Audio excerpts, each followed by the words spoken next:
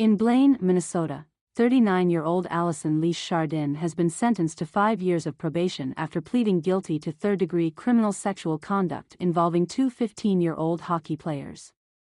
The incidents occurred on January 14, 2024, at a hotel in Roseville, where Schardin was staying with her husband and two children for what she described as a staycation.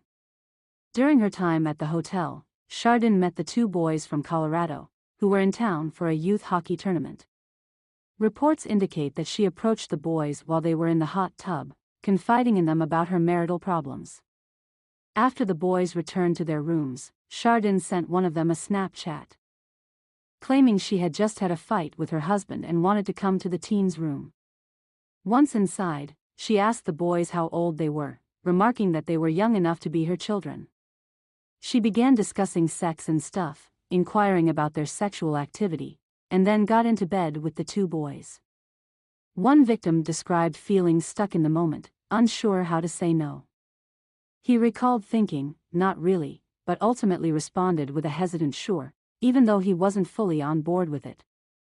Schardin then initiated sexual acts with the two teens while a third boy watched, asking them to perform sexual acts on her, which included inappropriate touching and oral sex. The following day, Schardin went to the rink where the boys were playing a tournament game. One of the victims reported feeling nervous and shaking on the bench, wanting to leave the previous night behind. He described Schardin's presence as really creepy, as she attempted to follow them. After arriving at the arena, Schardin reached out to the boys with a simple yet alarming message: "Don't tell the cops."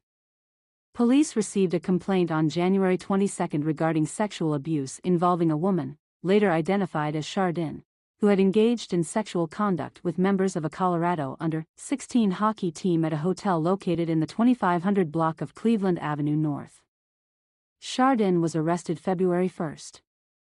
She said she enjoyed the attention she was getting from the boys, and admitted to the sexual conduct. The trial for Schardin began on November 26, 2024.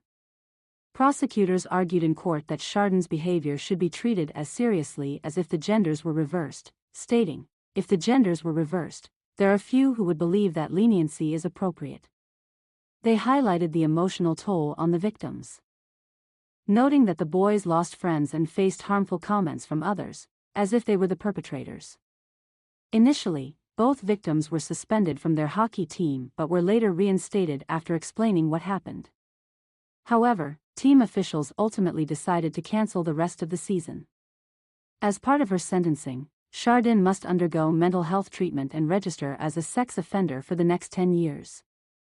Defense attorney Eileen Bergman argued against additional jail time, citing Schardin's mental health struggles and the severe consequences she had already faced, including losing her job and facing ostracism from the community.